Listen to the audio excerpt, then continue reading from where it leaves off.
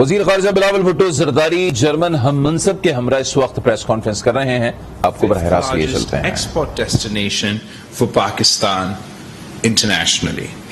Germany is one of the few countries with which Pakistan has a positive trade balance. Last year, Pakistan's exports to Germany stood at $2.5 billion and imports from Germany were $1.3 billion.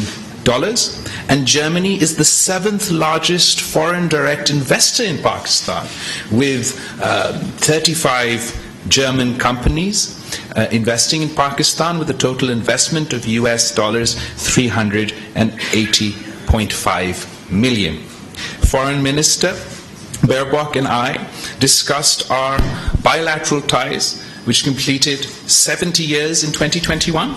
We are pleased at the exchange of a number of ministerial level visits, which gives an opportunity to review bilateral cooperation, as well as exchange views on regional and global issues. We discussed ways to enhance our existing cooperation, particularly in the areas of trade and investment, climate change, defense, and people-to-people contact.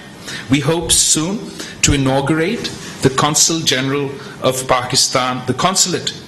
Pakistan in Munich to facilitate our large Pakistani diaspora.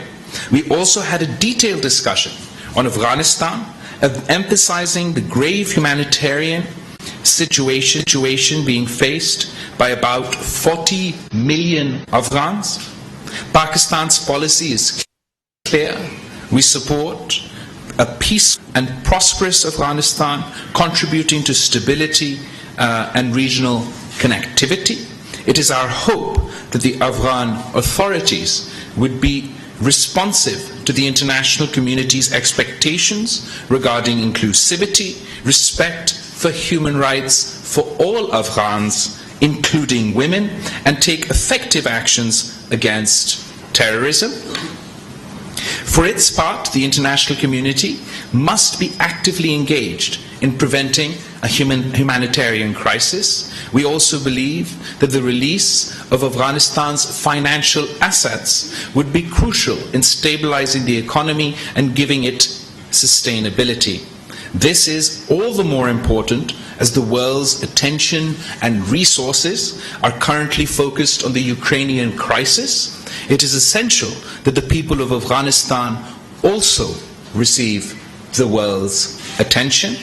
I assured the Foreign Minister of Pakistan's continued support to foreign governments, the EU and international organizations engaged in evacuation of their personnel from Afghanistan. We have facilitated the evacuation of over 90,000 people belonging to 24 countries and international organizations so far in the earlier phases. The ongoing conflict in the Ukraine was also discussed. Pakistan has continuously emphasized the principles of the United Nations Charter, including self-determination of peoples, non-use or threat of use of force, respect for sovereignty and territorial integrity of states, and peaceful settlement of disputes. Pakistan remains concerned about the well-being of the Ukrainian people. Reports of civilian casualties, massive outflow of refugees, and internally displacement of peoples are disturbing. In solidarity with the people of Ukraine, Pakistan has sent 4 plane loads of relief assistance, including medicine and food items. The Ukrainian conflict has shown how interlinked today's world is, as ramifications of a conflict on the European continent are being felt in Pakistan in the form of rising fuel and food prices. Since the conflict started, we have been in regular contact with the leadership of Ukraine and Russia, as well as the European Union and other European partners, urging continued dialogue and diplomacy in the pursuit of peace. We once again emphasize the indispensability of the immediate cessation of hostilities and constructive engagement. Pakistan fervently hopes that a solution will be found through dialogue and diplomacy at the earliest possible. We also discussed the continuing human rights violations in Indian-occupied Jammu and Kashmir, the rising tide of Islamophobia across India, and risks posed by the developments for regional as well as international peace and security. In the latest incidents, derogatory remarks made by two senior officials of India's ruling BJP party by the Holy Prophet, peace be upon him, deeply offended the sentiments not only of Muslims in Pakistan, Muslims within India, but Muslims across the world. And I emphasize that sustainable peace in South Asia remains contingent upon the peaceful resolution of the Jammu and Kashmir dispute in accordance with the relevant UNSC resolutions and the wishes of the Kashmiri people. Pakistan has close cooperations with Germany in a number of areas, and we desire to expand it further to other areas. I conclude by thanking the Foreign Minister for her visit, and I look forward to continuing to work with her towards regional peace and for further deepening our bilateral ties. I will now give the floor to the Foreign Minister of Germany. Thank you very much, ladies and gentlemen, Excellency, dear colleague. Thank you very much for the friendly and warm welcome here in Islamabad. We are meeting today in a time of multiple crises. The Taliban, as you have mentioned, have brought incredible suffering and hunger to the people in Afghanistan. But the crisis has consequences far beyond its borders. And no country has felt the impact more severely than your country, than Pakistan. Furthermore, Russia's invasion of Ukraine is not only threatening the foundations of our international order, Russia's restriction on wheat exports and its siege of Ukrainian ports have sent food prices skyrocketing. Few countries import more wheat from both Russia and Ukraine than Pakistan. And the climate crisis is the biggest threat and the greatest challenge for humanity as a whole in the 21st century. And it is affecting our countries already. These crises mutually reinforce each other, and therefore we cannot deal with them separately. But we must tackle them all at the same time. We have to work together and support each other, and this is also why I'm here today. Today we discussed at length the situation in Afghanistan. Over the last years and decades, millions of people fled Afghanistan in search for a better and safer life. Successive governments and the Pakistani people have shown a big heart by selflessly welcoming these people inside your borders and by providing them with food, shelter, and a chance for a better future. I know that this was not always easy. It is an enormous task that Pakistan is shouldering on behalf of the whole international community. And it deserves our solidarity and support. I came here today to tell you we see your engagement, and Germany remains committed to continuing our support for Pakistani host communities along with people who had to flee Afghanistan. We want to work together with your government, the Pakistani people, and our international partners to improve their living conditions and provide access to education and decent health care.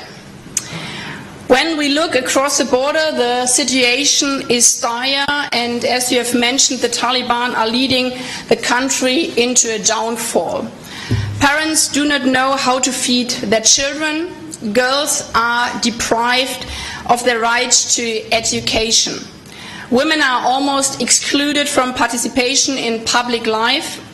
Dissenting voices are brutally suppressed. The economy is grinding to a halt. The international community must stand united and together tell the Taliban loud and clear, you are heading in the wrong direction. As long as they go down this path, there's no room for normalization and even less for recognition of the Taliban as the legitimate rulers of the country. At the same time, we will not forget and we will not abandon the people of Afghanistan. It is not the fault of the people that the Taliban government overthrew the government and since then have tightened their grip on the Afghan society. We will continue to provide humanitarian aid and support the people who need it the most, especially women and girls who suffer more than anyone else under the Taliban's rule. And there's another important personal concern to me.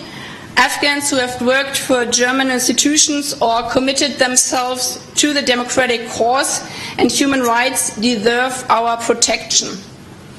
Pakistan has been our closest and most reliable partner in this regard.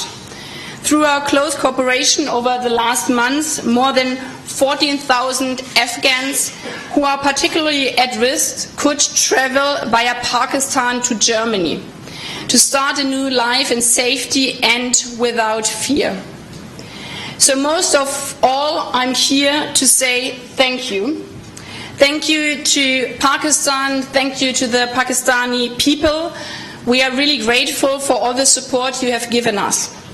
I very much hope that we will continue our successful cooperation and find ways to help those still remaining in their difficult situation. These past months have shown how much we can achieve when we work together, and I hope we can apply this to other areas and deepen and strengthen our bilateral relations. As I said in the beginning, we cannot deal with the different crises separately. They are interlinked and we have to work together. Russia's war of aggression sets a dangerous precedent, not only for Europe, but for the whole world. Our world will be a much more dangerous place if the law of the strongest applies and not international law. Therefore, we all must stand by Ukraine and defend its territorial integrity and sovereignty with words and actions. When it comes to the climate crisis, we are all living in the same house and the roof is already on fire. We are running out of time and have now to act. Both of our still relatively new governments have made this topic a priority. And I hope that Pakistan, as G77 chair, will participate at the Petersburg Climate Dialogue, which we are co-hosting with Egypt in July in Berlin. Last year, Germany and Pakistan established a joint climate and energy partnership. We want to build on this partnership, move forward with the energy transition, and lift our bilateral climate cooperation to the next level. We also discussed opportunities for increased trade and investment between our countries, particularly in the field of renewable energy. I'm convinced that successful economic integration depends on common values and standards. That is why, with regard to EU trade preferences, full implementation of human rights commitments is crucial. I will also have the opportunity to discuss this with civil society representatives later today. Experience shows in your country, in my country, that women's rights are an important indicator for the state of human rights and for well-being in a society as a whole. That is why I'm looking forward to visiting a police station focused on combating gender-based violence tomorrow. Dear colleague, Excellencies, faced with multiple crises, we only have a fighting chance if we exchange ideas, discuss openly and frank, and cooperate closely. I'm optimistic that our meeting today has laid the groundwork for our successful cooperation in the future, and thank you again for the warm welcome here in Islamabad. Thank you, Foreign Ministers. The ministers would have time to take a couple of questions. I propose to take questions alternatively from our colleagues from Germany and Pakistan. And let me start by giving the question to a gentleman on the right. Please introduce yourself and also to whom you are addressing the question. Yeah, my name is Jörg Blank from the German press agency, DPA, and the first question goes to Ms. Baerbock. What can be done to help the people of Afghanistan while increasing pressure on Taliban at the same time? And the second question to Mr. Zardari. Al-Qaeda can once again operate from Afghanistan. So what can Pakistan do about it to fight the terrorism in Afghanistan? Thank you. Thanks for your question. It is crucial that the Taliban hear the same message from all of us, and that's why we discussed the situation in Afghanistan very extensively. We are facing a humanitarian disaster, and this is also why we, both countries, continue to provide humanitarian aid, because we cannot let people starve. But anything else above humanitarian aid must be strictly conditionalized.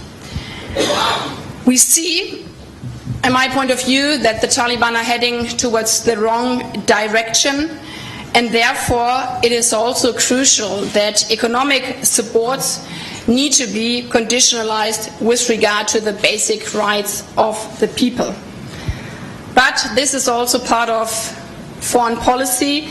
We have to be very honest. Our influence on what happens inside Afghanistan is very limited.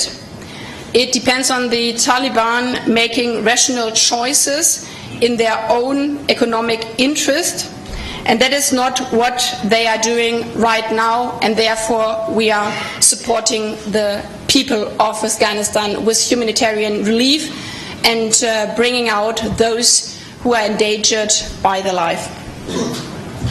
I'm going to address all three of the questions because I think it highlights sort of the main expectations from Pakistan and the international community from Afghanistan. One is dealing with the humanitarian economic crisis, and then, as you said, terrorist activity from Afghanistan vis-a-vis Al-Qaeda. We have in Pakistan been facing the brunt of terrorism and extremism over the past many decades, and so have, of course, the people of Afghanistan. It is in our interest and in the world's interest that there is a peaceful and stable Afghanistan that does not have its soil used for terrorist activities within the international within the region or anywhere else in the world. There are questions as far as the capacity of the new regime to tackle this problem, and it is important for us to engage with them, as far as our security concerns are concerned, or terrorist activity from any group impacting any country is concerned. But what I must emphasize is that Pakistan is not only a victim of terrorism. I am a victim of terrorism. And I am a victim of terrorism and terrorist groups that operated in my country and operated in another country.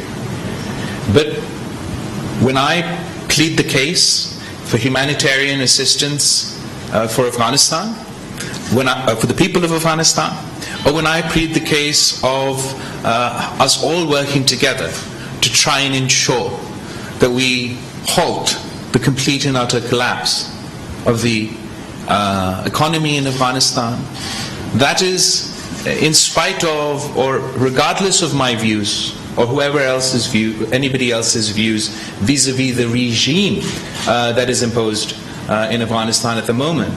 It is because we're particularly concerned about the consequences of a humanitarian crisis of this scale on our border.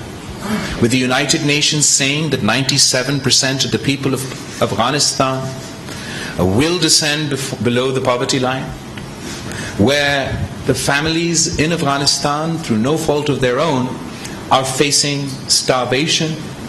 I believe we must work closely with the international community and with the Muslim world to help avert a humanitarian crisis and to help avert a total economic collapse, so that we can be in a better position to ensure that the Afghan regime lives up to the international commitments, so that we can create the environment that reduces and does not increase the chance of terrorist activity, and so that we can emphasize with the Afghan government, with the Afghan regime, that they must live up to their commitments to the international community. They must live up to their commitments to the people of Afghanistan, and that includes the women and children in Afghanistan. Thank you. Can we have a question from the back here, left side? Thank you very much. This is Shaukat Paracha from Aaj Television. My question to the young, dynamic, and the youngest Foreign Minister of Pakistan, His Excellency Bilawal Bhutto is that it's heartening to note that you are reaching out to the major capitals and interacting with the world leaders. What has been their response in the policy that you are pursuing? Because every time there is something, the foreign policy is pointed out in one or the other way. And Honorable Foreign Minister of Germany, thank you very much for coming over. We are so excited that our director, one official, is wearing a dupatta containing the German flag. Right now she's sitting over there. My question to you is, you repeatedly talked about the international law vis-a-vis Ukraine, but what is the applicability of the international law, humanitarian principles in case of Kashmir? Why the global powers are silent? Why there is no voice about the rising Islamophobia in India, as you have seen the recent outrage in the entire Muslim world about the comments, whatever they have been made by the spokesperson of the ruling party? Why the word is silent? Thank you. Should I start with your... I'll start with your first question. Shukriya Paracha Sahab, thank you very much. I've only been in the this office for a little bit over a month now, but our priority in 3 words is engagement, engagement, engagement. We feel that if you don't talk with the world, if you don't engage the world, you can't put across Pakistan's view, you can't convince them, their societies, their leaders, their parliamentarians, their civil society. If Pakistan refuses to engage the world, then we must forget about being able to convince the world and achieve our objectives on a foreign policy front. Other than that, my priority is to focus on economic relations. We're working towards a pivot in Pakistan's diplomacy, towards economic diplomacy. We're encouraging a reset of our relationship with countries across the board, given the transition in government, and we're focusing on a more nuanced foreign policy, but our emphasis is trade over aid. Our emphasis is enhancing economic cooperation. As I mentioned earlier today, Germany and Pakistan's economic bilateral relations are great, but we want to get more out of our relationships, and the major priority for me as Foreign Minister of Pakistan is how can I ease the economic difficulties of my people. And on the main agendas on our list on that front is the FATF restrictions, the FATF restrictions that are causing a drag, an unnecessary drag on the Pakistani economy in difficult times, the GSP Plus status that Pakistan had won with Europe in previous governments. We're very keen to see that that status is extended, and the Pakistani businesses and the Pakistani economy can benefit from this opportunity. So these are my priorities, and as far as the India question is concerned, I'll allow Foreign Minister to respond. Thanks for your kind words, and thanks for the question. The foundation of the United Nations is that human rights are indivisible, and this counts for every region in the world. This also counts for Kashmir, this counts for women's rights, this counts for minority rights and also religious rights.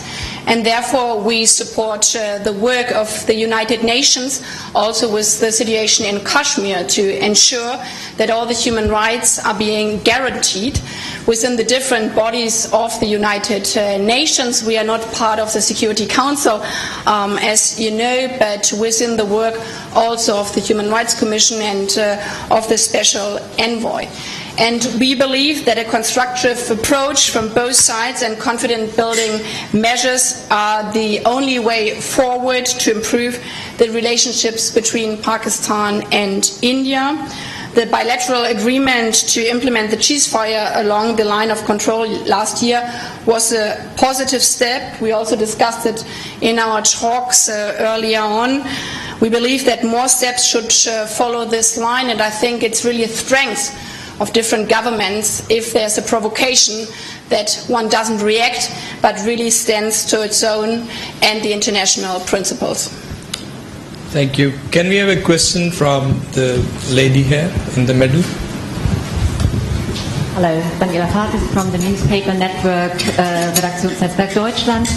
I want to address the topic of Afghan refugees. There's still a couple of thousand refugees officially eligible for coming to Germany. Did you agree on a way and on a time when these people can come to Germany, and how is Pakistan helping with that? Could they all be transferred, by example, through Pakistan? And also, sir, what do you expect in exchange from Germany for helping in this issue? And Ms. Baerbock, humanitarian organizations do criticize that the conditions for being able to come to Germany for Afghans are too strict, are too narrow. Is there are there any plans to widen these possibilities? And one last question, if I may, as you addressed the Ukraine war, and I didn't quite understand what you were saying. Is Pakistan now condemning Russia's attack on Ukraine? And do you ask Russia to withdraw its troops? Thank you for your questions. I'll start with the Afghan refugees. Pakistan has a long history in hosting Afghan refugees and helping with the refugee crisis as a fallout of the first conflict, and unfortunately the threat of a major refugee fallout not only for Pakistan but for the international community if the humanitarian and economic crisis increases is extremely grave. We've been from day one, from before the fall of Kabul, after the fall of Kabul, and up until this point we're working with many countries within the EU, the international community, and anyone and everyone really who are working around the clock to either get their citizens or those who worked with them to their countries. And we're hoping that the third phase of our for these transit refugees from Afghanistan to Germany will happen very, very soon. And at the moment, as we speak, I believe that there's something, there's a procedural, the summary on this issue is being circulated in our cabinet, so it should be only a matter of time that we can move forward on the third phase of the transit Afghan refugees. As far as what Pakistan expects in exchange, we expect nothing. In exchange from the EU or Germany, we're doing this on the basis of what we feel is our responsibility to the international community and to the people in Afghanistan who faced a whole host of issues, and we want to do whatever we can to mitigate their crisis, their difficulties. What I would say to the German media, to the German people, to the European people, is to remember, to understand, recall, and highlight the fact that Pakistan not only now is playing an outsized role as far as mitigating the humanitarian crisis in Afghanistan, despite our own economic woes. We're going above and beyond to help everybody with their refugee or sort of the transit refugees. And this is the face of Pakistan, a modern Muslim nation playing a responsible role on the world stage. And don't see Pakistan in the way that perhaps these groups that we all have our own views on would sort of, that the impression or the perception that Pakistan has in the international media is often colored by the activities of these groups rather than the activities of the people of Pakistan. As far as Ukraine is concerned, Pakistan has not changed its position. Pakistan has a nuanced position. We don't want to get dragged into any conflict, but we are steadfast in our support for the United Nations resolutions. We are all part of the United Nations, and it is in Pakistan's interest. It is in our interest, as a small country, as a developing country, that international laws are followed, that international institutions are followed, that international law is followed. But we don't want to be dragged in to any conflict, particularly given that we've just experienced decade after decade of conflict in Afghanistan. And the people in my country would like to share our experience with the people of Ukraine, the people of Russia, and the people of Europe, that ultimately all conflicts have to resolve through dialogue. And we hope that dialogue and diplomacy will be the tools that we use in pursuit of peace. Of course, one can't ignore the humanitarian crisis facing the people in Ukraine, the difficulties and the atrocities faced by the people of Ukraine. And it is because of that that once again, despite Pakistan's own extremely difficult economic situation, we have sent, I believe, 4 flight loads of humanitarian assistance to the people of Ukraine. But as far as our position is concerned, we will continue to advocate for dialogue and diplomacy in the pursuit of peace. Coming back to the part addressed to myself, first of all, we really appreciate the support of Pakistan, as I've said before, especially as His Excellency has underlined that this is not a question of bargaining, but a question of humanitarian aid and supporting the citizens of Afghanistan. We have had a very good discussion today, and we received very positive signals that we can continue successfully with the cooperation we have had in the past. We had also restructured, as the question was addressed, we restructured our system, how we will make the transition time in Pakistan, but also in other countries, shorter, to ensure that Afghans will not stay in Pakistan longer than necessary. This is also a question of digitalized visas, and we organized everything that people can swiftly travel to Germany. So far, not a single person from our list transitioning through Pakistan failed to travel on to Germany, and we are continuing on this path. And as you have mentioned, NGOs, this was also a reason why a couple of NGOs joined me on my travel here, to see how we can work closely together. This is also something new in the work of the Foreign Ministry together with the Interior Ministry of Germany, that we have a very close relation with NGOs to help also on practical matters to enable to bring out not only the people most in danger who have worked for German institutions or who have faced, especially women and journalists and human rights defenders, with threats by their lives, to not only bring out them but also their family members in an unbureaucratic way. Thank you. I think the ministers have responded at length to questions. Maybe one last question from the back. Mr. Haider.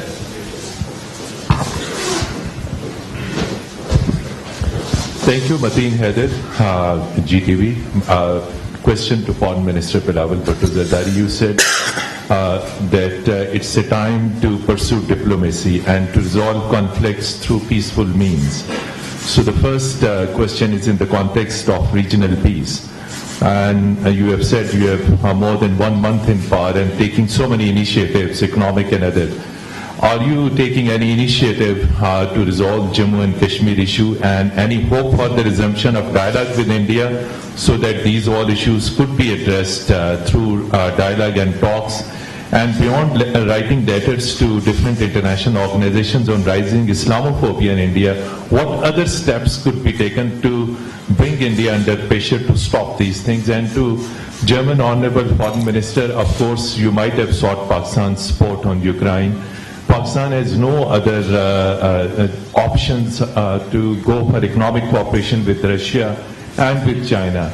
Would you propose and suggest what are the other alternate means of getting economic cooperation, energy, trade and these all things? When Pakistan get closer to Russia and China, of course this is not acceptable to the Western community, so Pakistan doesn't have any other options. So on this front, how Germany, being an economic part of Europe, could assist and cooperate with Pakistan? Thank you so much.